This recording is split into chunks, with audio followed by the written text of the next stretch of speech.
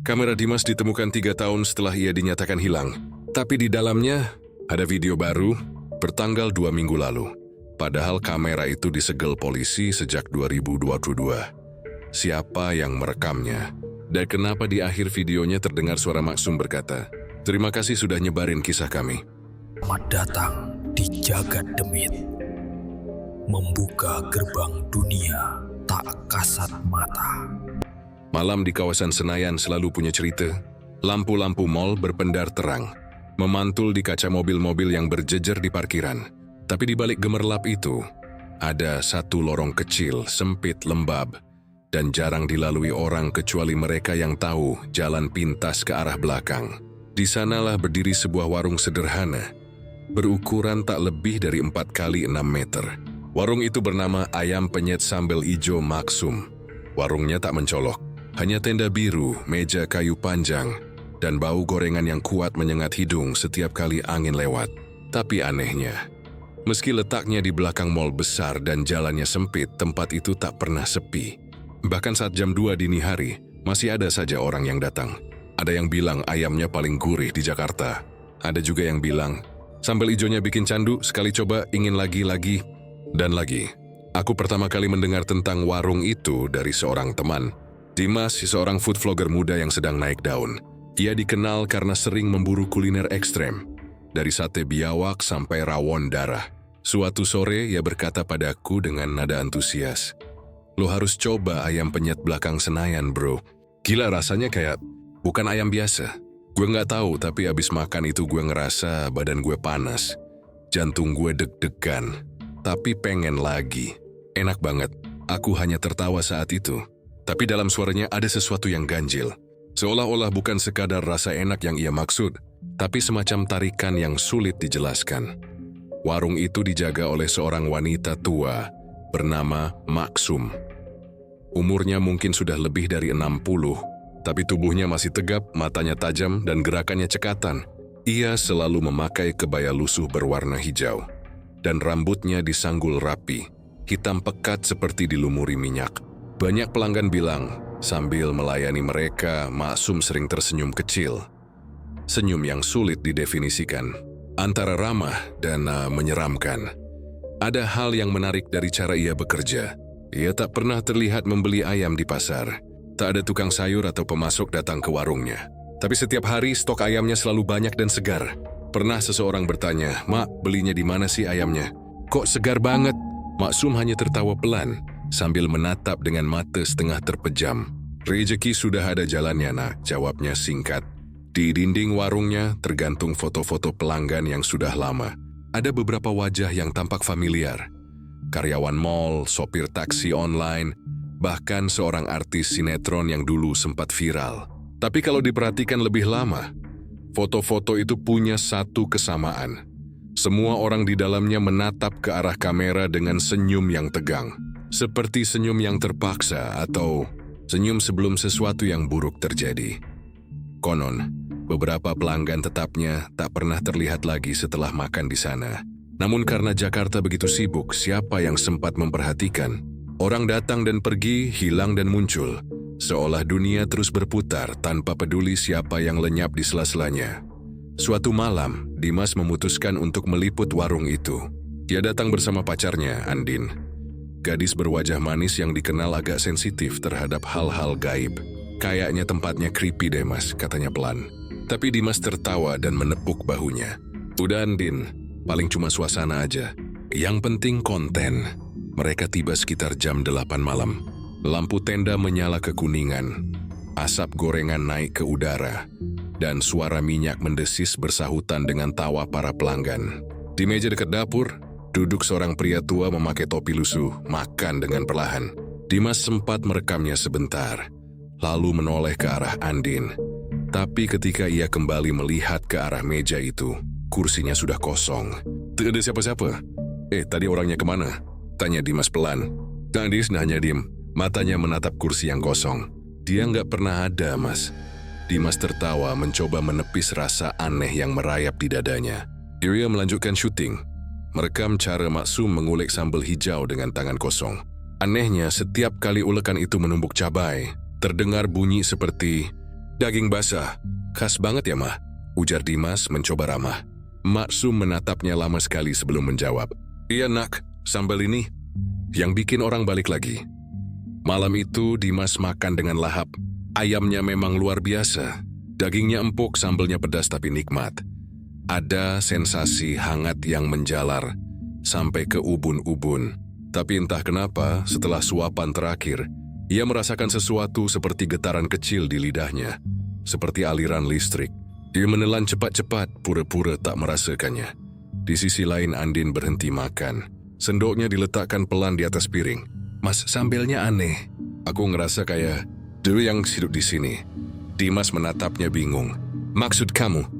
Andin tak menjawab. Ia menatap ke arah dapur, di mana Maksum berdiri dengan punggung membungkuk, mengaduk wajan besar.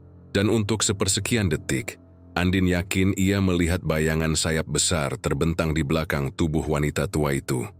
Mereka pulang malam itu, dan Dimas masih tak bisa berhenti memikirkan rasanya.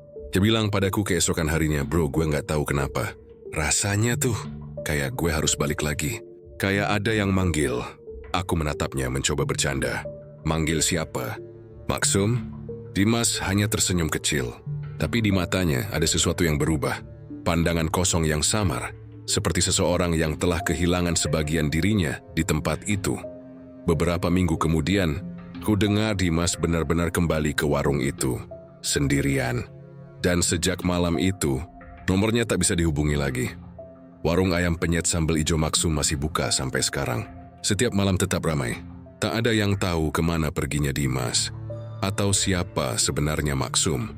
Tapi satu hal yang pasti, jika kau berjalan di belakang Mall Senayan dan mencium bau sambal hijau yang menyengat, jangan mengikuti aromanya. Karena mungkin yang memanggilmu bukan rasa lapar. Beberapa hari setelah kunjungan pertamanya ke warung itu, Dimas tak bisa tenang. Ada sesuatu dari malam itu yang terus berputar di kepalanya. Bukan cuma soal rasa ayam yang luar biasa enak, tapi juga suasana di dalam warung. Lampu kekuningan, tawa para pelanggan yang terasa tak sepenuhnya manusiawi. Seolah ada gema di antara suara mereka. Ia sempat berpikir itu cuma efek lelah. Tapi tiap malam menjelang tidur, ia mencium bau sambal hijau yang menyengat dari dapurnya. Padahal kompor mati, kulkas kosong. Kadang terdengar juga suara mendesis seperti minyak panas di tengah sunyi. Andin menyuruhnya berhenti memikirkan hal itu. Mas sudah. Jangan bawa pulang pikiran aneh-aneh. Itu cuma warung biasa. Paling ada rahasia resep aja. Tapi Dimas merasa tidak. Jurial one yang lebih dalam, lebih gelap dari sekadar resep. Akhirnya, malam itu ia kembali ke belakang Mall Senayan. Kali ini tanpa kamera. Tanpa niat bikin konten. Hanya ingin memastikan sesuatu. Warung itu seperti biasa tetap ramai. Meja-meja penuh. Suara orang mengobrol bersautan. Tapi ada hal yang berbeda. Meskipun banyak pelanggan datang, tak ada yang terlihat pergi. Ia memperhatikan dari kejauhan. Orang datang, pesan, makan. Tapi setelah itu entah kemana. Together yang keluar dari arah warung. Ia mencoba menghitung. Dari pukul 9 sampai hampir tengah malam. Pelanggan terus berganti. Tapi tak satu pun ia lihat berjalan keluar ke arah jalan utama. Seolah warung itu menelan mereka satu persatu. Dengan langkah ragu, Dimas mendekat. Dari luar terdengar suara ayam digoreng, mendesis panjang, lalu sunyi. Maksum tampak di balik dapur, memegang wajan besar. Dia menoleh sebentar ke arah Dimas dan untuk sepersekian detik, wajahnya tampak berbeda. Kulitnya terlihat licin, seperti dilapisi minyak, dan matanya memantulkan cahaya api dari tungku. Datang lagi, nak, katanya pelan. Dimas menelan ludah. Iya, mak, pengen makan lagi. Enak banget waktu itu. Maksum tersenyum. Senyum yang sama. Terlalu lama, terlalu dalam. Bagus yang suka. Pasti balik lagi. Dimas duduk di meja yang sama seperti sebelumnya. Dia memesan ayam penyet sambal hijau tanpa nasi. Ingin cepat-cepat merasakan lagi sensasi yang sempat menghantuinya. Tapi kali ini, saat menunggu, ia memperhatikan sekitar. Ada seorang pria paruh baya di sebelah kirinya, sedang makan pelan. Daging ayam di tangannya masih berasap. Tapi pria itu tak tampak panas atau terburu-buru. Gerakannya lambat, kaku, dan tatapannya kosong. Pak, enak ya ayamnya?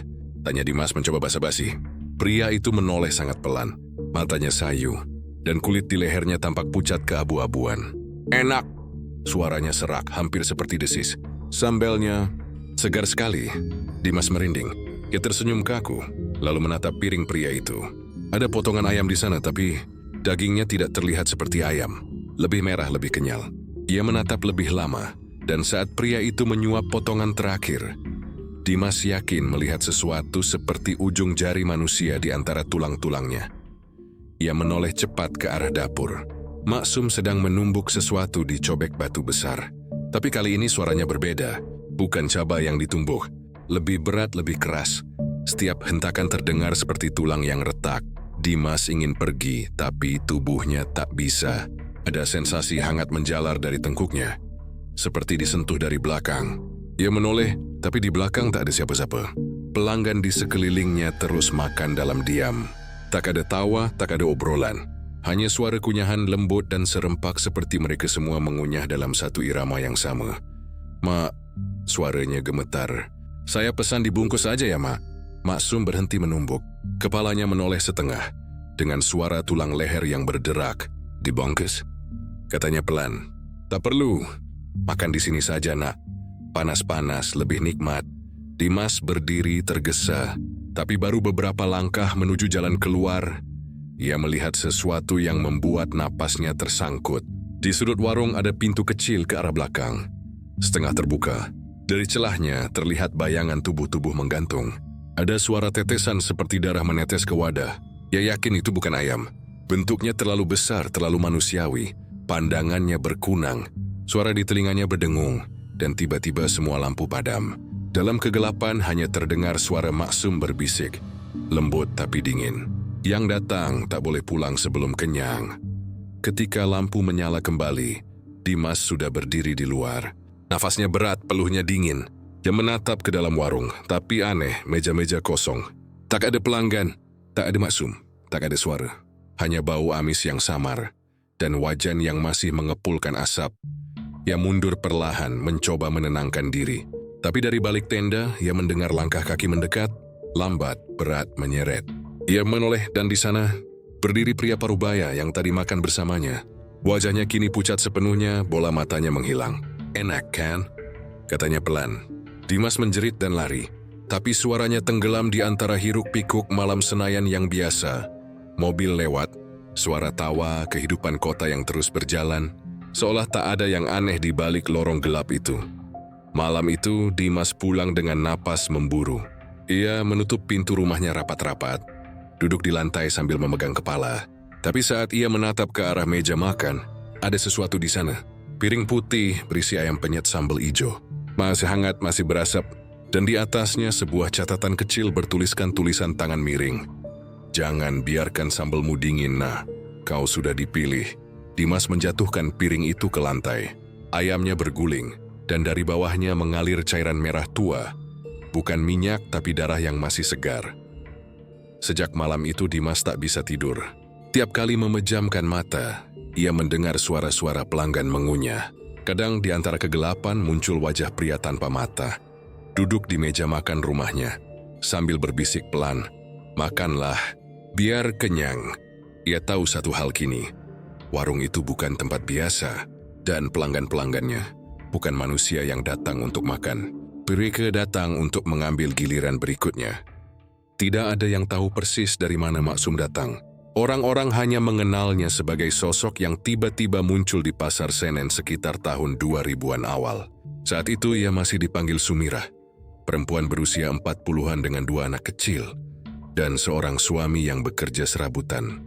Hidupnya keras tapi tidak istimewa. Ia menjual nasi uduk di emperan, menunggu pembeli sampai fajar, dan kadang menutup lapak dengan air mata karena tak laku. Tetangga-tetangganya bilang Sumirah dulu perempuan baik, tak pernah bicara kasar, selalu berbagi sisa lauk untuk anak jalanan. Tapi sejak suaminya jatuh sakit dan tak pernah bangun lagi, ada sesuatu yang berubah. Ia tidak menangis di hari kematian itu, tidak juga berbicara dengan siapapun. Setelah pemakaman, ia hanya berdiri lama di depan gundukan tanah basah sambil menatap kosong. Lalu berkata pelan, "Kalau memang hidup harus bayar mahal, lu akan cari cara yang lebih murah." Setelah hari itu, Sumirah menghilang selama hampir 2 minggu. Lapaknya kosong, anak-anaknya dititipkan pada tetangga. Ada yang bilang ia pergi ke kampung halaman di Purwodadi. Ada juga yang bersumpah melihatnya naik bus malam menuju Jawa Tengah bagian selatan. Tak ada yang tahu pasti. Ketika ia kembali, sesuatu dalam dirinya sudah lain. Tubuhnya terlihat segar, kulitnya lebih bersih. Matanya berkilat-kilat seperti orang yang baru menemukan sesuatu yang besar. Ia datang membawa wajan besar, ulekan batu hitam, dan sekarung cabai hijau yang baunya menusuk. "Mulai besok aku jual ayam penyet," katanya, senyum lebar terpampang di wajah yang dulu lesu. Hari pertama ia berjualan, ayam gorengnya langsung laris. Tak masuk akal. Orang-orang antre di depan lapak kecilnya, dan semua berkata hal yang sama. Ayamnya empuk, sambelnya hidup. Mereka menggambarkan rasa yang tak bisa dijelaskan. Seperti pedas tapi menenangkan. Seperti makan daging, tapi diselimuti sesuatu yang hangat di dada. Ada seorang pedagang lama yang penasaran. Dia bertanya, "Maksum, resepnya dari mana? Kok sambelnya bisa hijau terang gitu?" "Pakai pewarna ya."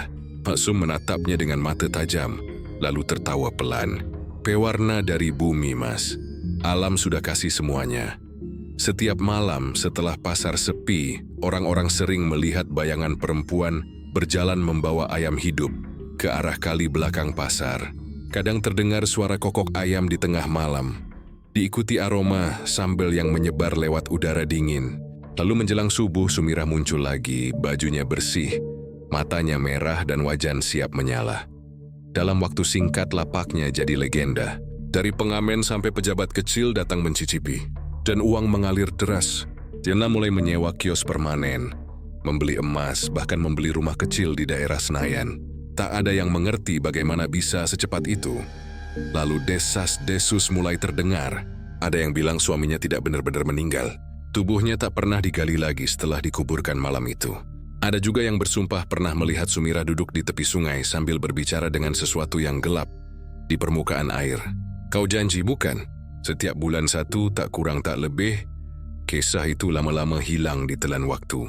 Sumirah, yang sekarang mulai dipanggil Maksum, membuka warung di belakang Mall Senayan. Tempat yang dulu lahan kosong penuh ilalang. Katanya ia dapat izin langsung dari pemilik lahan. Tapi tak ada satu pun yang tahu siapa orangnya. Beberapa warga pernah melihat mobil hitam berhenti malam-malam, menurunkan karung besar ke belakang warungnya. Tapi setiap kali ditanya, Maksum hanya menjawab ringan, "Itu bahan baku, nah yang penting rasanya bikin senang."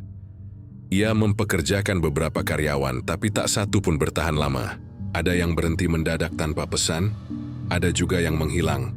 Hanya satu yang bertahan, seorang lelaki bernama Bagus, mantan tukang cuci piring yang kemudian jadi tangan kanan Maksum.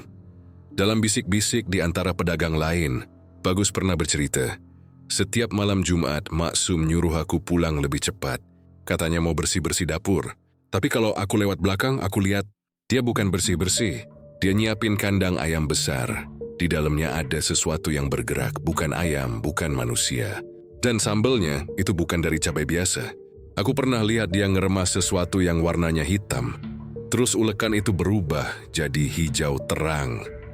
Tak lama setelah cerita itu tersebar, Bagus menghilang. Orang bilang dia kabur ke luar kota. Tapi 1 minggu kemudian, warung Maksum tiba-tiba punya menu baru. Ayam penyet spesial Bagus. Semakin hari, warung itu makin kaya. Maksum mengganti gerobaknya dengan tenda permanen, lalu membuka cabang di beberapa tempat. Tapi meski punya banyak cabang, orang-orang bilang rasa yang asli hanya ada di belakang Mall Senayan.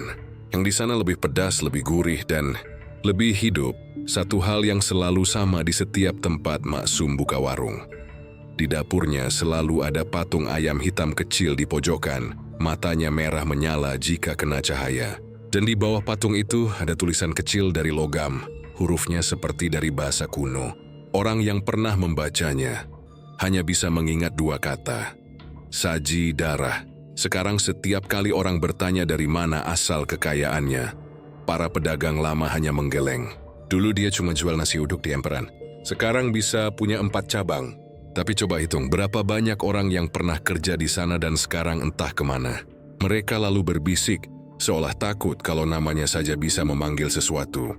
Maksum bukan cuma jual ayam, Dia jual bagian dari jiwanya, dan mungkin jiwamu juga. Begitulah kisahnya dari pedagang kecil di Pasar Senen, hingga menjadi penguasa sambal ijo di belakang Mall Senayan. Hidupnya membuktikan satu hal. Di kota besar seperti Jakarta, kadang yang disebut rezeki tidak datang dari kerja keras. Ada yang datang dari tempat lain.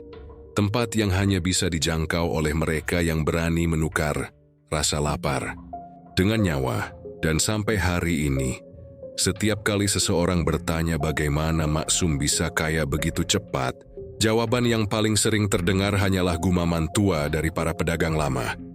Dia pulang dari Gunung Kemukus dengan mata yang lain. Dan sejak itu semua ayam di tangannya berubah jadi emas.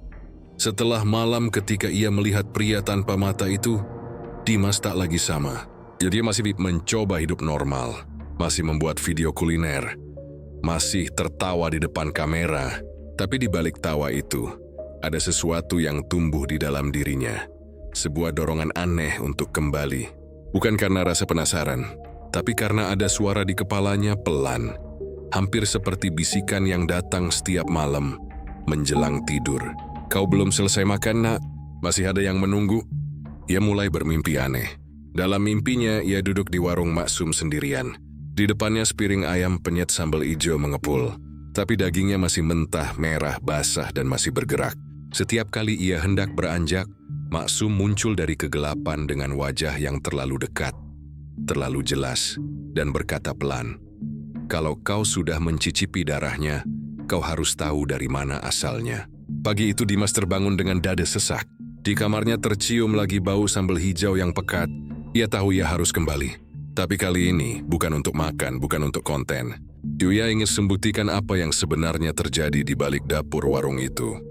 Andin menolak keras. "Mas, tolonglah. Kita udah lihat yang aneh-aneh. Jangan balik ke sana. Aku mimpi buruk terus tiap malam," katanya suaranya bergetar. Tapi Dimas sudah bulat.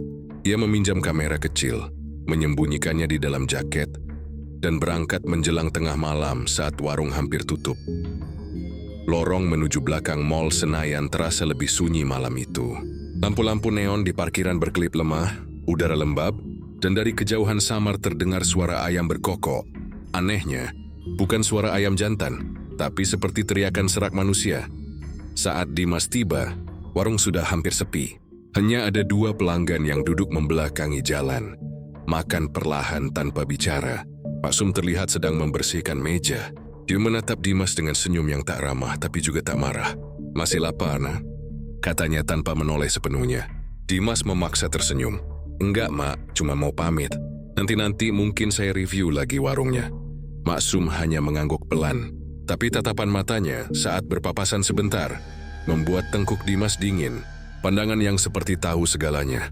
Setelah menunggu sampai semua pelanggan pergi, Dimas bersembunyi di balik tumpukan kardus di dekat dapur belakang. Dia menunggu kamera kecilnya menyala dalam mode malam. Jam menunjukkan pukul 12:35. Lalu terdengar langkah-langkah berat pelan berulang. Suara wajan digeser, pintu dibuka. Maksum muncul membawa lentera kecil. Dia berjalan melewati dapur, menuju pintu belakang yang selama ini selalu tertutup. Dimas mengikutinya diam-diam, menahan napas di setiap langkah. Begitu pintu itu terbuka, udara lembab langsung menyeruak keluar. Dimas melihat ruangan sempit di belakang warung, diterangi cahaya kuning redup. Di dalamnya berjejer kandang-kandang besar dari bambu, ditutup kain hitam. Dia mendekat perlahan, mengangkat kamera, dan saat kain itu tersingkap sedikit oleh angin, dia melihat sesuatu. Bukan ayam, bukan manusia. Sesuatu di tengah-tengahnya. Tubuhnya seperti ayam raksasa, tapi dengan tangan manusia menggantung dari sisi tubuhnya. Di wajahnya tumbuh paruh yang basah, matanya kosong. Tapi di dalam bola matanya, Dimas bisa melihat pantulan wajah-wajah manusia. Seolah di dalamnya ada jiwa yang terperangkap. Suara itu terdengar lirih, nyaring seperti tangisan dan kokok bersamaan. "Tolong, keluarkan aku." Dimas hampir menjatuhkan kameranya, tapi Maksum sudah berdiri di belakangnya. Suara lembut itu membuat seluruh darahnya beku. "Kenapa, nah?" Dimas menoleh perlahan. Wajah Maksum tampak berbeda di bawah cahaya lentera. Kulitnya lebih gelap mengkilap, matanya menyala kehijauan. Dimas gagap, "Saya cuma penasaran, Mak, ini semua apa?" Maksum menatapnya lama, lalu tersenyum samar. "Ini Hasil kerja keras nah. Setiap keberkahan butuh tumbal. Lihat mereka, dan menunjuk ke besi kandang. Mereka dulu juga datang karena lapar. Sekarang mereka yang memberi makan. Dimas mundur, tubuhnya gemetar. Ma, ini dosa. Maksum tertawa pelan, tapi suaranya bergema panjang. Dosa, dunia tak peduli dosa. Kau kira orang-orang yang antre di luar sana peduli dari mana rasa nikmat itu datang? Tidak, mereka hanya tahu satu hal, enak. Dan selama itu enak, tak ada yang bertanya. Tiba-tiba suara dari kandang semakin keras. Tangisan, jeritan, dan suara ayam bercampur jadi satu. Kain hitam yang menutupi kandang bergerak-gerak, seperti ada puluhan tangan, mencoba keluar dari dalamnya. Dimas menjerit berlari ke arah pintu, tapi langkahnya terhenti ketika kakinya menyentuh sesuatu yang licin di lantai. Yani menund, cedera, mengalir pelan ke arah kakinya menuju tempat ia berdiri, seolah menariknya kembali ke ruangan itu. Maksum masih tertawa. Kau sudah makan di sini 2 kali, nak. Kau tahu artinya apa? Dimas tak menjawab. Ia hanya menatapnya dengan mata ketakutan. Maksum mendekat, jarak mereka hanya 1 langkah. Artinya separuh jiwamu sudah kutanam di dapur ini. Ia mengangkat tangannya yang berlumur darah, menyentuh dahi Dimas. Seketika kepalanya berdenyut hebat, gambar-gambar berkelebat di matanya. Potongan tubuh, ayam disembelih, wajah Andin menangis, dan dirinya sendiri duduk di kursi warung dengan mata kosong. Dimas berteriak, berlari menembus pintu belakang, jatuh, dan terus berlari tanpa menoleh lagi. Saat tiba di rumah, ia gemetar hebat. Kamera di tangannya masih menyala, merekam semuanya. Tapi ketika ia memutar ulang video itu beberapa jam kemudian, ia hanya melihat layar gelap. Tak ada suara, tak ada gambar. Hanya desisan pelan seperti ayam mengais tanah. Dan di detik terakhir video, muncul 1 frame singkat. Wajah Maksum menatap lurus ke kamera, tersenyum, dengan bibir bergerak perlahan membentuk kalimat yang bisa dibaca jelas. Giliranmu sebentar lagi. Setelah malam itu, Dimas tak pernah lagi berani melewati daerah Senayan. Tapi setiap kali ia lewat di sekitar mal itu, entah kenapa aroma sambal ijo yang pedas dan segar selalu menguar dari arah belakang, meski jam sudah menunjukkan tengah malam.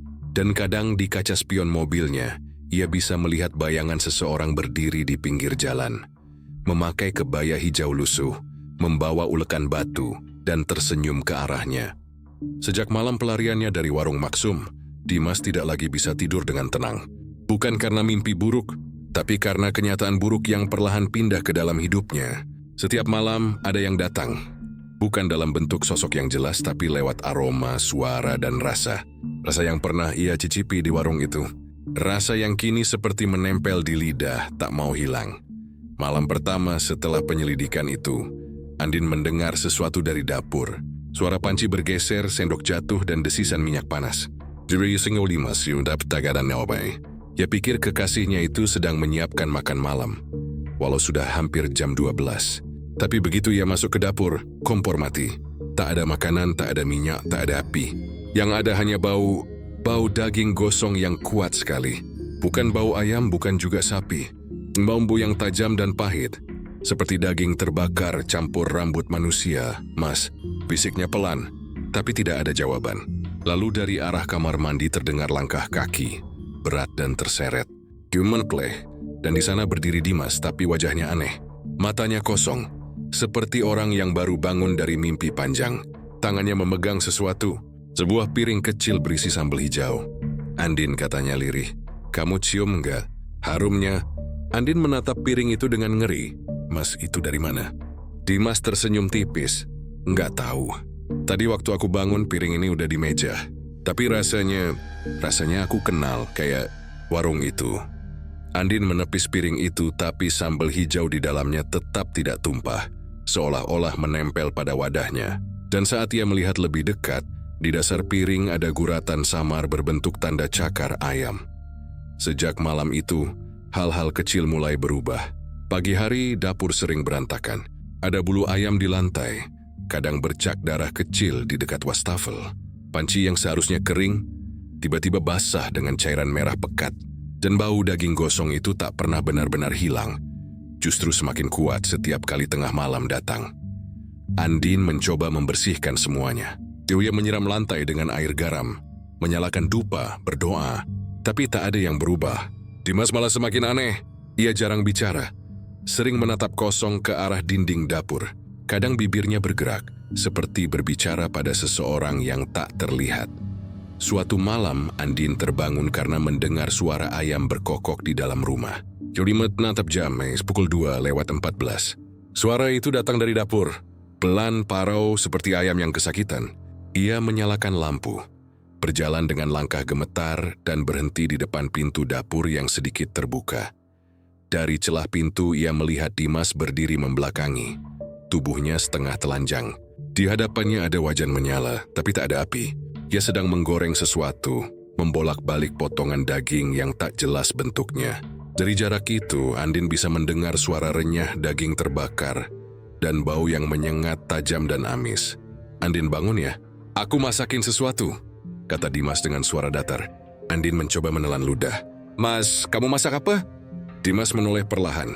Wajahnya berkeringat, tapi matanya menatap kosong. Ayam penyet, Andin. Aku akhirnya nemu resepnya. Di wajan itu, Andin melihat potongan yang ia pikir ayam. Tapi setelah beberapa detik, ia sadar. Itu tangan manusia. Ia menjerit, menutup mulut, dan mundur. Tapi Dimas tertawa kecil. Tenang aja, ini bukan siapa-siapa. Cuma bagian yang dibuang. Aku harus kasih makan dia.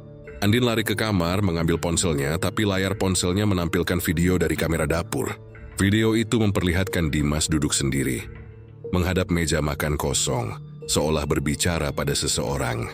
Namun di layar, di hadapan Dimas tampak bayangan samar seperti tubuh ayam besar dengan kepala manusia, menatapnya dengan tatapan tajam.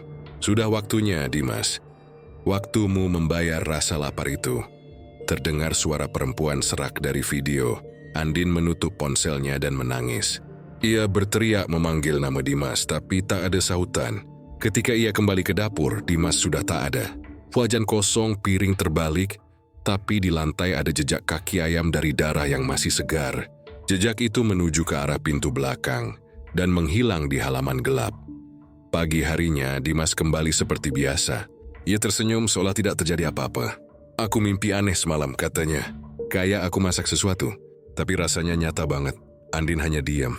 Ia tak berani bercerita tentang apa yang ia lihat. Hari-hari berikutnya, kutukan itu semakin dalam. Dimas mulai kehilangan selera makan biasa. Ia hanya mau makan ayam penyet dengan sambal hijau. Curiam kli ia mencabai makanan lain ia muntah. Tapi kalau sambal hijau itu ia makan, wajahnya tenang, matanya berbinar seperti orang yang sedang bahagia. Andin memutuskan untuk membuang semua sambal di rumah. Tapi malamnya saat ia membuka kulkas, sambal itu muncul lagi. Piring kecil berisi sambal hijau, diletakkan rapi di rak paling bawah. Meskipun ia sudah membuang semuanya ke tong sampah sebelumnya. Dan di bawah piring itu, ada secarik kertas dengan tulisan tangan yang ia kenal. Tulisan Dimas, kalau aromanya muncul, jangan lawan. Itu cuma cara dia mengingatkan kita, Andin. Kita sudah bagian dari warung itu. Malam itu, rumah mereka seperti terbelah dua, dunia manusia dan dunia maksum. Andin berdoa, membaca ayat, menyalakan semua lampu. Tapi tepat pukul 3, semua lampu padam bersamaan. Dan dari dapur, lagi-lagi tercium bau daging gosong, disusul suara ulekan yang beradu keras. Lalu suara perempuan lirih tapi jelas. Sambal hijau harus diberi makan, nak. Kalau tidak, yang lapar bukan hanya kau. Andin menjerit menutup telinganya, tapi suara itu semakin dekat. Dan ketika ia berani membuka mata, di pintu kamar berdiri sosok Maksum. Kulitnya mengelupas, matanya merah, membawa cobek batu meneteskan darah. Di belakangnya samar-samar terlihat Dimas, tersenyum dengan wajah pucat. Dia cuma butuh sedikit, Andin. Cuma 1 kali lagi. Habis itu kita tenang, katanya. Malam itu tetangga mendengar suara teriakan panjang dari rumah Dimas dan Andin. Tapi ketika pagi datang, rumah itu terkunci rapat. Tak ada tanda-tanda kehidupan. Hanya bau gosong yang menempel di udara selama berhari-hari. Dan di dapur, polisi menemukan sesuatu. Piring kecil berisi sambal hijau, masih hangat, dengan 2 helai rambut panjang terjepit di ujungnya. Sejak hari itu, orang-orang yang pernah makan di warung Maksum mulai mengaku hal yang sama.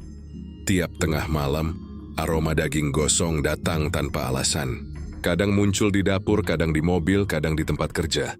Dan setiap orang yang mencium aroma itu lebih dari 3 kali, karena ingin menghilang. Sejak malam itu, tidur tak lagi membawa istirahat bagi Dimas. Tidur justru menjadi pintu menuju sesuatu yang menunggu di balik kesadaran. Setiap kali matanya terpejam, dunia berubah. Bukan mimpi biasa, tapi mimpi yang terlalu nyata, terlalu rinci. Seperti tubuhnya benar-benar ada di sana. Malam pertama ia terbangun di tengah sawah yang luas dan basah. Langitnya hitam, tanpa bintang. Di kejauhan, terdengar kokok ayam bersautan tapi nadanya ganjil. Bukan seperti ayam yang membangunkan pagi, tapi seperti ratapan panjang, menahan sakit yang tak tertahankan. Jadi ia berjalan pelan, menembus kabut tebal yang menutupi pandangannya. Setiap langkahnya meninggalkan jejak darah di lumpur, meski kakinya tak terluka. Lalu di depan sana, ia melihat kandang. Kandang besar, lebih mirip rumah, terbuat dari bambu dan tulang, yang masih ada sisa dagingnya. Di dalamnya ada seekor ayam, tapi bukan ayam biasa. Tubuhnya sebesar manusia, bulunya hitam legam, matanya merah menyala, dan di dalam mulutnya tumbuh taring panjang seperti binatang buas. Setiap kali ia berkokok, lidahnya menjulur dan dari ujung lidah itu menetes darah segar. Maksum. Suara itu datang dari arah belakang kandang. Dimas menoleh dan di sana berdiri Maksum, tapi tidak seperti dulu. Tubuhnya tampak membesar, kulitnya mulai menebal seperti sisik, dan dari bawah kebayanya muncul ekor ayam yang berdarah. Wajahnya masih sama, tapi senyumnya bukan senyum manusia. Bibirnya merekah lebar, matanya menyipit ke atas seperti menahan sesuatu di dalam dirinya yang ingin keluar. "Kau lihat, nak, kau akhirnya bisa melihat wujud aslinya." Maksum mendekat, tangannya menelusuri jeruji kandang, lalu menyentuh kepala ayam bertaring itu dengan lembut.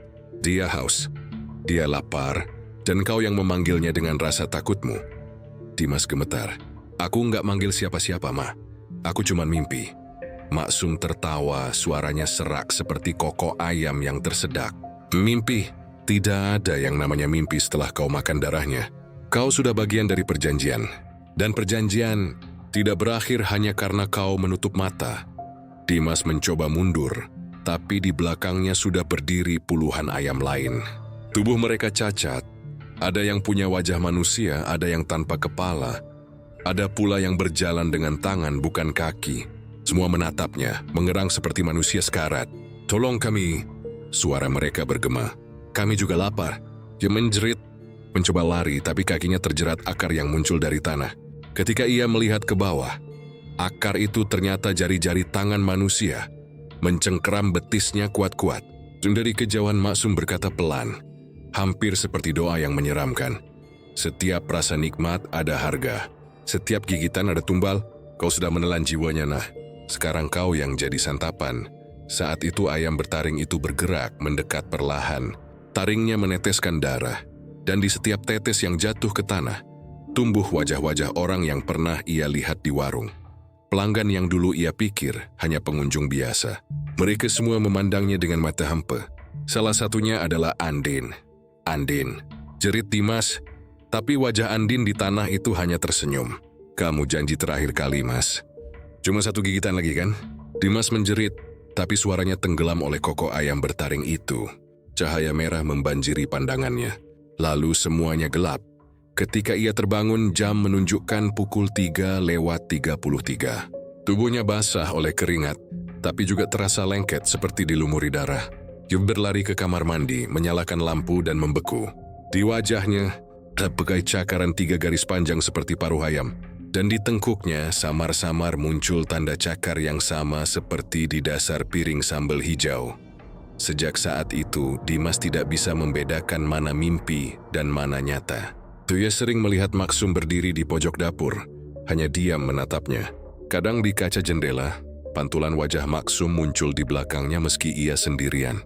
Kadang ayam-ayam di pasar yang ia lewati mendadak menoleh serentak ke arahnya, seolah mengenalnya.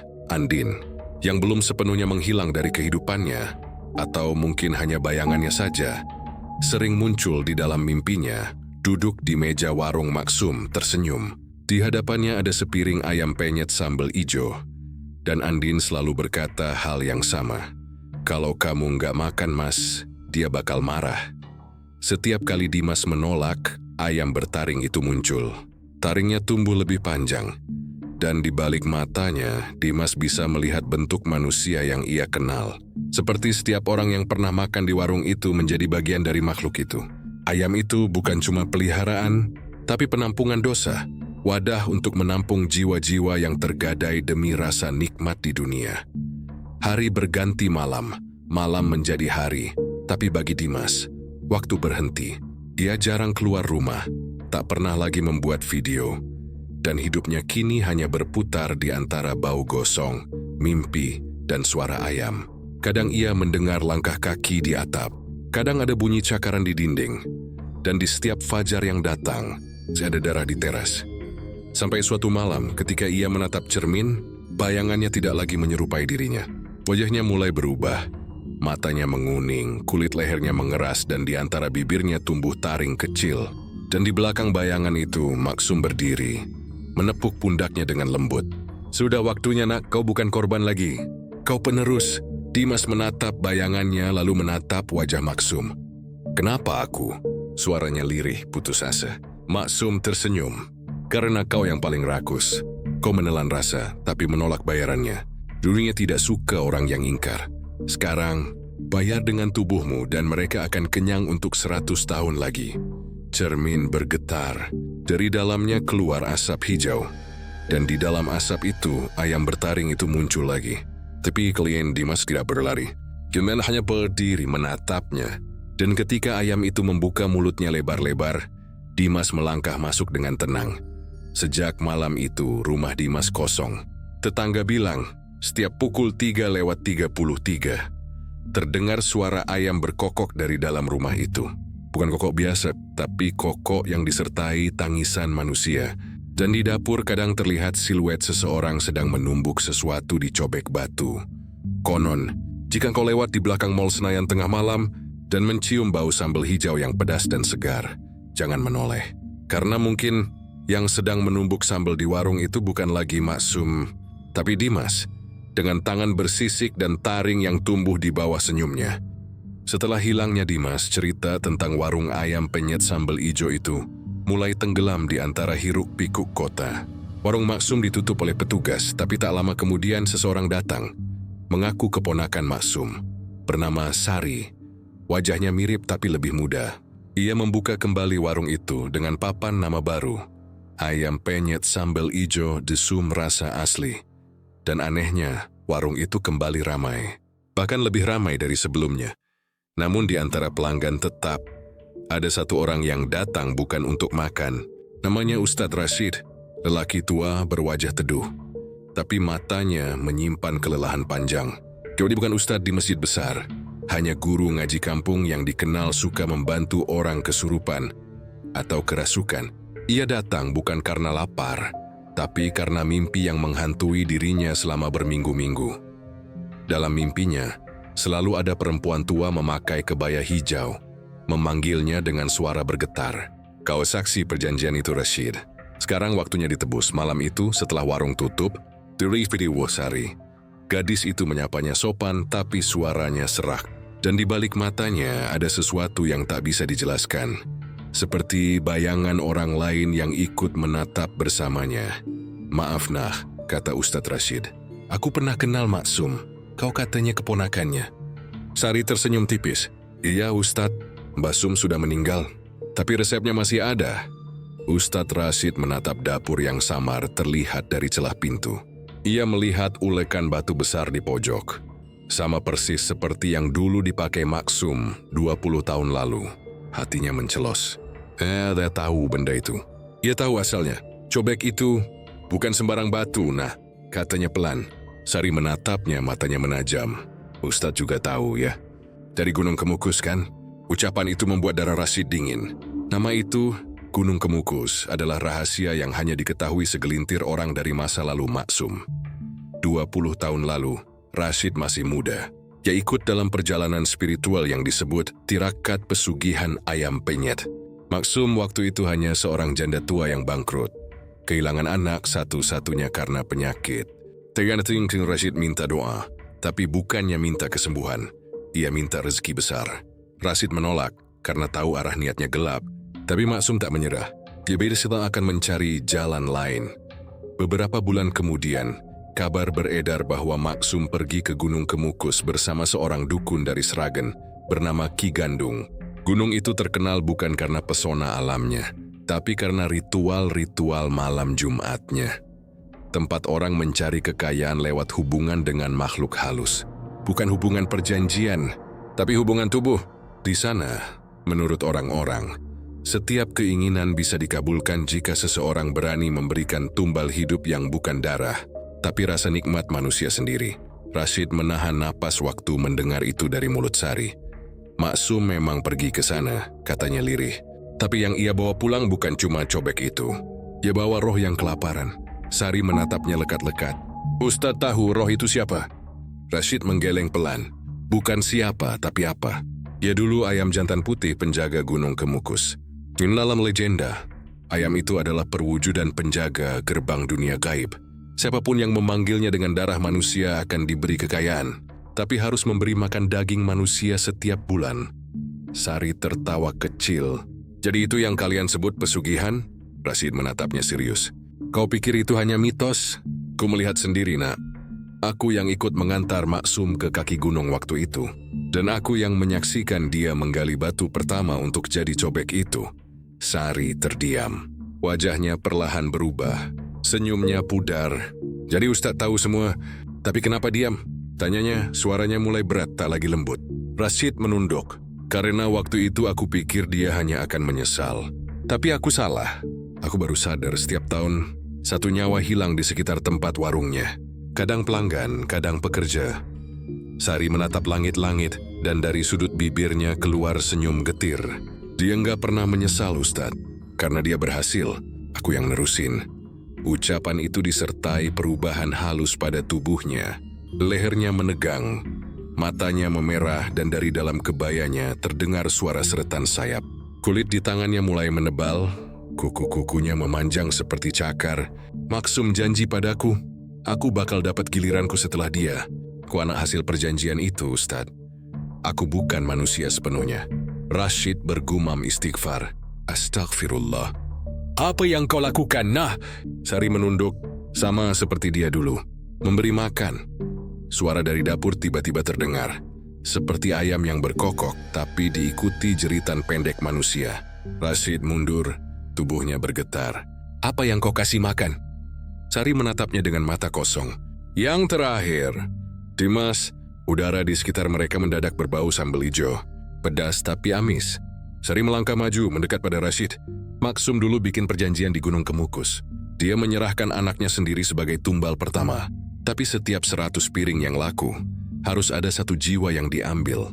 Makanya warung itu nggak boleh sepi, Ustadz. Kalau sepi, ayam penjaga itu lapar. Rashid menatapnya tak percaya. Berarti semua orang yang makan di sini? Sari mengangguk pelan. Sedikit demi sedikit mereka jadi bagian dari sambal. Tapi mereka nggak sadar, karena rasa nikmat selalu menipu. Ia mendekatkan wajahnya, berbisik di telinga Rashid. Kau pikir doa bisa lawan rasa lapar dari Gunung Kemukus? Rashid menarik napas panjang. Dia tahu tak ada doa yang cukup kuat untuk melawan sesuatu yang sudah tertanam di darah. Tapi ia tak mau diam.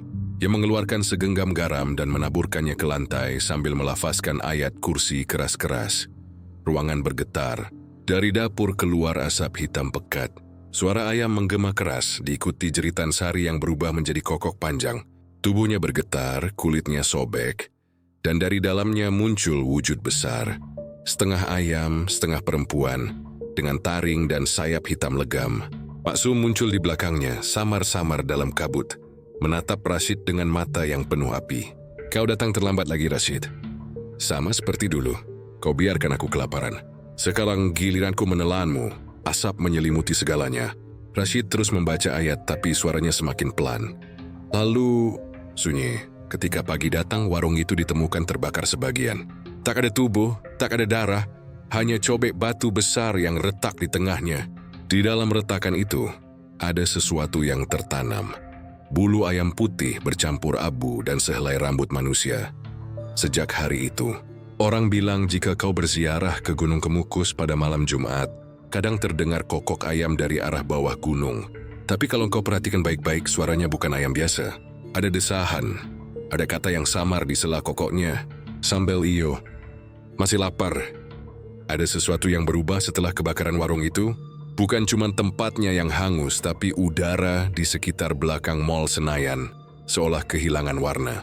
Bila Ismail Verlaps di sana menjadi terlalu senyap, bahkan suara jangkrik enggan terdengar. Orang-orang yang biasa lewat mulai mengeluh hal aneh. Mesin motor mati tanpa sebab, lampu mobil meredup. Dan kadang dari sela tembok hangus itu terdengar suara ulekan batu yang pelan, tapi berirama. Dan dari antara abu setiap malam Jumat, muncul aroma sambal ijo yang pedas menggoda, tapi di ujungnya menyisakan bau hangus seperti daging manusia terbakar. Polisi menutup lokasi itu, tapi tak lama kemudian, muncul kabar bahwa ada seorang lelaki muda, mengaku kontraktor, yang membeli lahan bekas warung tersebut. Namanya Rangga. Ia bilang ingin membangun kafe modern. Tapi sejak hari pertama ia datang, warga sekitar mulai melihat sosok bayangan di antara reruntuhan. Bayangan lelaki kurus memakai hoodie, membawa kamera kecil di tangan kanan. Berjalan hilir muncul di belakang gedung. Beberapa orang yakin itu Dimas. Padahal, semua tahu Dimas sudah lama menghilang. Tak ada yang menemukannya, tak ada kabar, tak ada jasad. Rangga adalah arsitek muda yang tak percaya pada hal gaib. Dia menganggap cerita tentang warung pesugihan hanya legenda kota. Kisah warga yang haus sensasi. Dia datang untuk membuktikan bahwa tempat itu bisa dibersihkan dengan logika dan uang. Namun malam pertama ia memulai renovasi. Para pekerjanya menolak melanjutkan setelah pukul 11. Bau gosongnya makin jadi, Mas, kata seorang tukang. Kayak ada yang dibakar tiap malam. Rangga menertawakan mereka. Cuma sisa arang di tanah. Besok ku bersihkan. Tapi malam itu saat semua sudah pulang, Rangga sendirian di lokasi. Ia mencium bau itu juga. Pedas, gurih, dan hangus. Bau sambal ijo ia mengikuti aroma itu ke arah dapur lama. Tempat di mana dulu berdiri cobek batu besar milik Maksum. Tanah di situ retak, dan di dalam retakan itu ada sesuatu yang berkilat, kamera kecil. Ia mengambilnya. Kotor berdebu tapi masih utuh. Di bagian belakang tertulis nama. Dimas Prasetyo. Rangga menyalakannya dengan rasa penasaran. Ternyata masih ada satu video tersisa, bertanggal 3 hari sebelum kebakaran. Ia menekan tombol play, layar gelap. Suara napas berat. Lalu muncul wajah Dimas pucat, mata cekung, tapi senyumnya getir. Kalau ada yang nonton ini, mungkin aku udah enggak di sini. Tapi aku harus kasih tahu kebenarannya. Warung itu bukan tempat makan. Itu tempat mereka memberi makan. Suara gesekan keras terdengar di belakang video. Seperti cobek digesek pisau. Dimas melanjutkan, suaranya bergetar. Aku pikir aku cuman bikin konten kuliner. Tapi sambal hijau itu bukan sambal biasa. Nggak ada darahnya. Aku udah coba buang, tapi setiap kali aku tidur, piringnya muncul lagi. Maksum datang. Dia bilang, kalau aku berhenti makan, yang lapar bakal datang ke rumahku. Dimas menatap langsung ke kamera. Air matanya menetes. Kalau aku hilang, jangan pernah datang ke tempat ini. Jangan pernah coba buka lagi. Karena rasa lapar itu nggak pernah kenyang. Lalu layar bergetar hebat. Seseorang atau sesuatu menarik kamera. Suara Maksum terdengar jelas. Sudah waktunya, nak, layar hitam. Video berakhir. Rangga mematikan kamera dengan tangan gemetar. Tapi saat ia menoleh ke arah bekas dapur, ada seseorang berdiri di sana. Sosok laki-laki kurus, wajahnya pucat, tapi matanya menyala kehijauan. Di tangan kanannya masih menggenggam cobek kecil yang meneteskan cairan merah. Mas Dimas, Rangga berbisik. Sosok itu tersenyum. Kamu mau buka lagi ya? Buka apa? Belum sempat Rangga menjawab, Dimas sudah mengangkat tangan kirinya. Di telapak tangannya ada tanda cakar ayam berwarna hitam pekat. Kalau kau buka, kau jadi bagian dari menunya, katanya datar.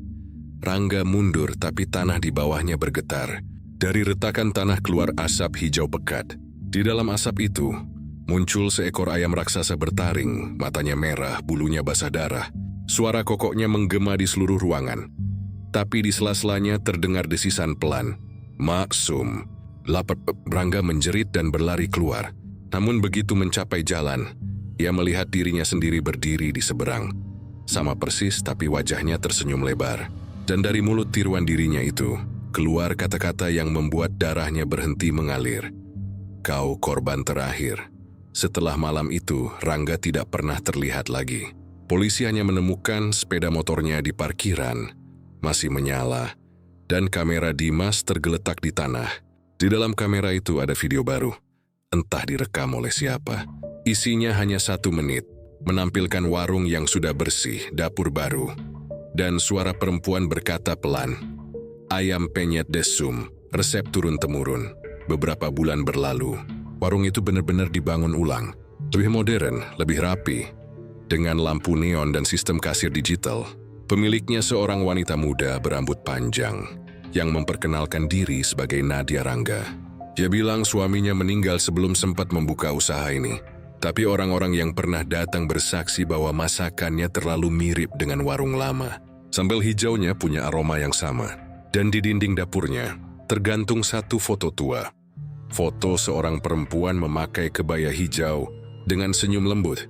Orang-orang bilang, jika engkau makan di sana dan menatap foto itu terlalu lama, senyumnya akan berubah. Kadang bibirnya terbuka sedikit seperti berbisik.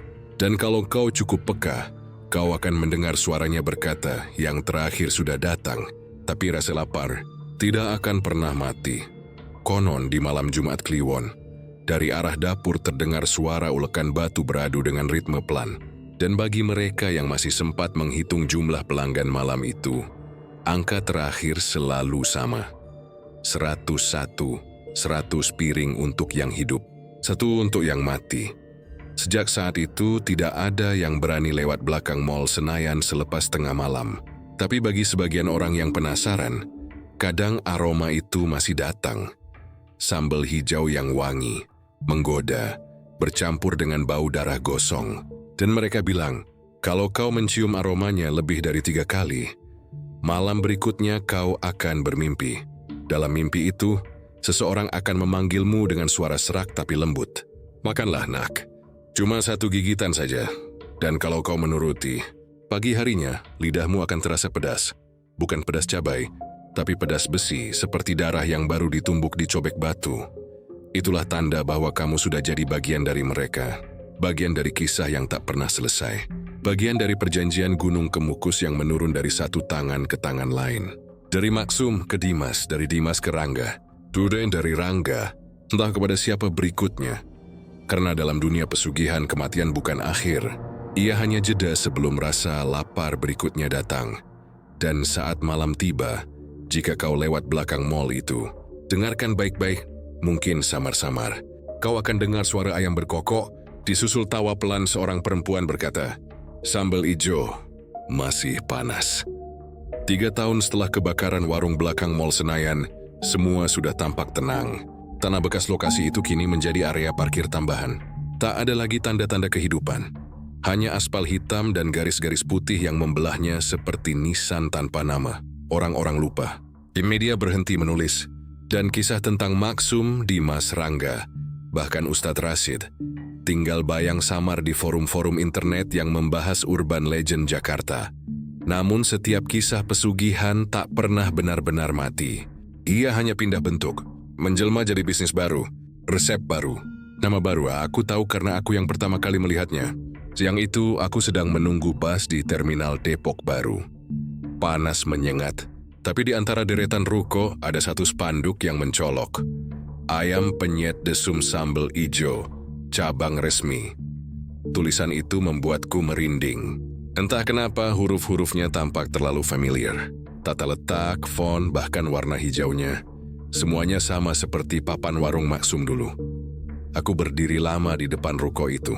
Interiornya modern, tapi sederhana. Meja kayu, lampu gantung industrial, dan di dindingnya tergantung 1 foto besar. Foto seorang perempuan tua berkebaya hijau, senyumnya samar. Aku tahu wajah itu. Maksum, seorang pelayan perempuan datang, suaranya lembut. "Sendirian, Mas?" Aku mengangguk pelan. "Mau pesan apa?" Ayam penyet sambal ijonya 1. Dia menulis cepat di nota kecil. "Pesanan special ya. Levelnya pedas atau sedang?" Ku hampir menjawab, tapi perhatianku teralihkan oleh sesuatu di tangannya. Gelang kecil dari manik hijau, persis seperti yang dulu dipakai Sari, keponakan Maksum. "Ada cabang lain selain ini?" Tanyaku mencoba basa-basi. Dia tersenyum, tapi senyumnya terlalu lama. Banyak, Mas. Kami akan buka di Bandung minggu depan, lalu Semarang. Doain aja lancar. Aku menelan ludah. Pemiliknya siapa ya? Oh, Ibu Nadia, tapi beliau jarang ke sini. Biasanya ngurus pusatnya di Jakarta. Nama itu membuat darahku berhenti mengalir. Nadia Rangga, istri mendiang Rangga, yang katanya membuka kembali warung itu setelah suaminya hilang. Pesananku datang cepat. Sepiring nasi putih hangat, ayam goreng dengan sambal hijau yang mengilap di atasnya. Bau pedasnya tajam, menggoda, tapi ada sesuatu di balik aromanya yang membuat lambungku menegang. Bau besi, samar, seperti darah yang baru mengering. Aku mencoba suapan pertama. Rasanya luar biasa. Pedasnya menyebar pelan di lidah, seperti sensasi panas yang menenangkan. Tapi di sela gigitan kedua, aku merasakan tekstur aneh. Sedikit kenyal, bukan daging ayam. Seperti urat manusia, aku berhenti makan. Mas nggak suka, ya? Tanya pelayan itu sambil tersenyum. Aku menatap matanya. Ada sesuatu di sana. Pantulan warna kehijauan yang sama seperti mata Dimas dalam video terakhirnya. Aku menahan mual. Ini resep lama ya? Dia tersenyum kecil. Iya Mas, resep keluarga. Katanya dari leluhur di Gunung Kemukus. Aku ingin berdiri dan pergi, tapi tubuhku kaku. Telingaku mulai berdengung. Dari arah dapur terdengar suara ulekan batu, pelan tapi ritmis. Seperti jantung yang berdetak dari dalam tanah. Suara itu disusul oleh bisikan samar. 101. Aku memalingkan wajah ke arah foto di dinding. Senyum maksum di sana tampak lebih lebar dari sebelumnya. Mata di foto itu seolah hidup menatapku langsung. Aku berdiri perlahan. Mas mau gimana? Tanya pelayan itu. Aku tidak menjawab. Curious hanya berjalan mundur. Tapi setiap langkah terasa berat. Lantai di bawahku seperti berdenyut, memompa udara panas ke arah wajahku. Ketika aku mencapai pintu, angin dingin menerpa. Aku menoleh sekali lagi. Meja yang tadi penuh pelanggan kini kosong. Tidak ada siapa-siapa. Bahkan pelayan itu pun lenyap. Yang tersisa hanya piring bekas makananku di atas meja, dan di tengah sambal hijaunya, terlihat sidik jari berdarah membentuk angka. 101. Malamnya aku tak bisa tidur. Lidahku masih terasa pedas, tapi bukan pedas cabai, pedas logam. Aku berkumur tak hilang. Aku muntah, tapi rasanya tetap ada. Jam 2 pagi, ponselku bergetar. Nomor tak dikenal. Aku angkat. Suara di seberang serak, tapi jelas. Mas, makannya enak, kan? Jangan lupa datang lagi Jumat depan. Ada menu baru. Suaranya seperti gabungan dua orang. Perempuan muda dan nenek-nenek tua. Aku lempar ponsel itu ke lantai. Tapi suara dari speaker masih terus keluar. Kami lapar, Mas. Yang ke-102 belum datang. Keesokan harinya aku kembali ke ruko itu. Tapi tempatnya sudah kosong. Pintu terkunci rapat dan spanduknya hilang. Hanya ada bau samar sambal hijau yang menempel di udara, seolah baru saja ada yang memasak. Aku tanya ke tukang parkir di sebelahnya, ia menjawab enteng. Warung ayam yang mana, Mas? Di situ dari dulu kosong, nggak pernah ada yang buka. Aku menatap bangunan itu lama. Dindingnya retak halus, dan di salah satu retakan aku melihat sesuatu terjepit. Pecahan cobek batu. Beberapa bulan berlalu, aku mencoba melupakan semuanya. Tapi rasa pedas itu masih menempel di lidahku. Kadang saat makan di tempat lain, aku mencium bau sambal ijo itu lagi. Kadang di cermin aku melihat pantulan diriku tersenyum, dengan gigi sedikit lebih tajam dari biasanya. Aku tidak tahu apakah itu hanya imajinasi, atau sesuatu dari Gunung Kemukus sudah menandai tubuhku. Tapi satu hal yang pasti, kutukan itu belum selesai. Karena minggu lalu di aplikasi kuliner online aku melihat iklan baru. Desum Sambal Ijo buka cabang di Depok dan sekitarnya. Pesan via online gratis ongkir. Dan kalau kau buka halaman ulasannya, di kolom komentar paling atas ada satu akun yang menulis, rasanya enak banget, pedasnya beda, tapi setelah makan, aku mimpi didatangi ayam putih bertaring. Dimas P. Kini aku tahu, pesugihan itu sudah berubah wujud. Tak lagi membutuhkan warung sederhana atau dapur batu. Gigit hidup di aplikasi, di franchise, dirasa lapar manusia modern yang selalu mencari nikmat cepat dan murah. Dan di setiap gigitan ayam penyet sambal ijo yang viral itu, mungkin ada setetes darah yang pernah dikorbankan di Gunung Kemukus dulu. Kalau suatu hari kau melihat cabang disum di kotamu, jangan tergoda oleh aromanya. Karena begitu kau mencicipinya, kutukan itu pindah padamu. Kau akan menjadi pelanggan ke-102. Dan setelah itu malam-malammu tidak akan pernah tenang lagi, sebab di sela tidurmu akan selalu ada suara yang berbisik di telinga. Makanlah nak, sambal ijonya masih hangat. Kau tahu, kisah yang barusan kau dengar bukan hanya cerita. Setiap potongan yang kubacakan malam ini berasal dari testimoni nyata, disatukan dari rekaman, berita hilang, dan laporan polisi yang tidak pernah dipublikasikan. Kami menamainya kasus pesugihan ayam penyet sambal ijo, belakang Mall Senayan.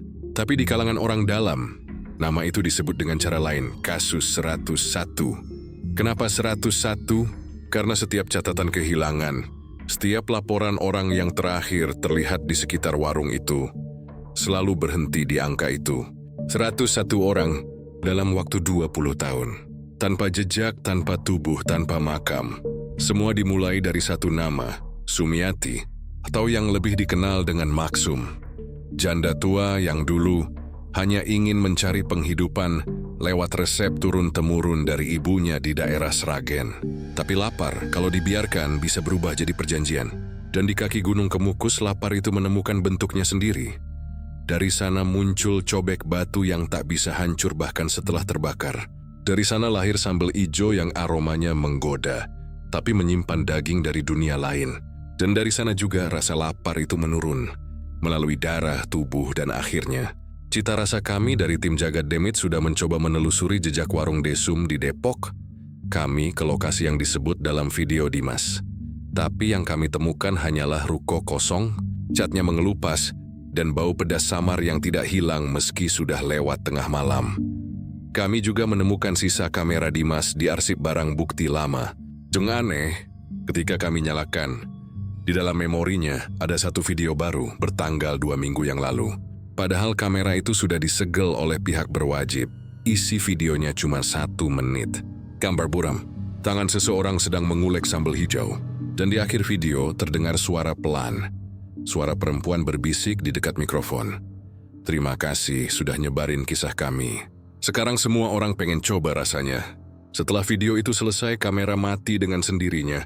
Dan sampai sekarang, setiap kali kami coba menyalakannya lagi, layar hanya menampilkan satu angka, 101.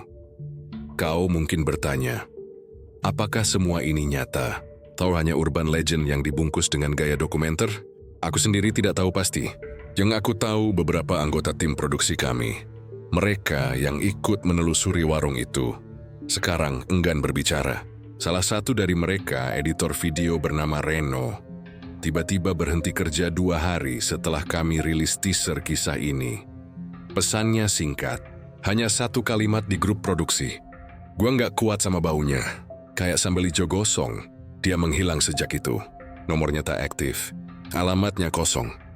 Dan yang paling ganjil, paket terakhir yang dikirim ke kantor kami berisi 1 toples kaca kecil. Di dalamnya ada sambal hijau, masih segar, masih beraroma kuat.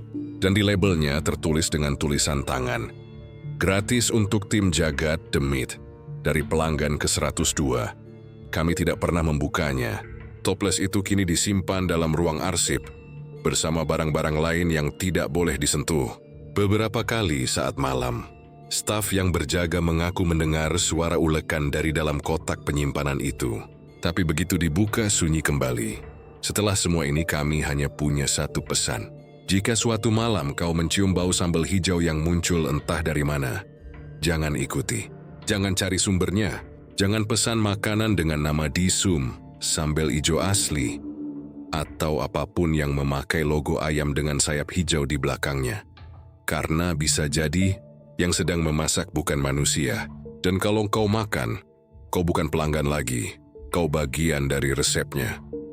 Dan buat kamu yang menonton sampai akhir, jangan heran kalau nanti ada suara ulekan batu terdengar pelan dari dapur rumahmu. Mungkin itu hanya imajinasi, atau mungkin itu tanda bahwa rasa lapar dari Gunung Kemukus sudah menemukanmu. 101 sudah selesai, sekarang giliran 102, hening lama. Lalu suara Desi samar seperti sesuatu yang mendidih di kuali. Inilah penutupan resmi kisah nyata pesugihan ayam penyet sambal ijo, belakang Mall Senayan. Dari Jagat Demit kami selalu bilang, yang gaib tak selalu datang dengan wajah seram. Kadang ia datang lewat rasa yang terlalu nikmat untuk ditolak. Dan kalau malam ini kau mendengar suara, ulekan pelan dari dapurmu, atau mencium aroma sambal hijau di udara, diam saja. Jangan buka pintu, jangan nyalakan lampu, karena mungkin Maksum sedang menyiapkan piring berikutnya.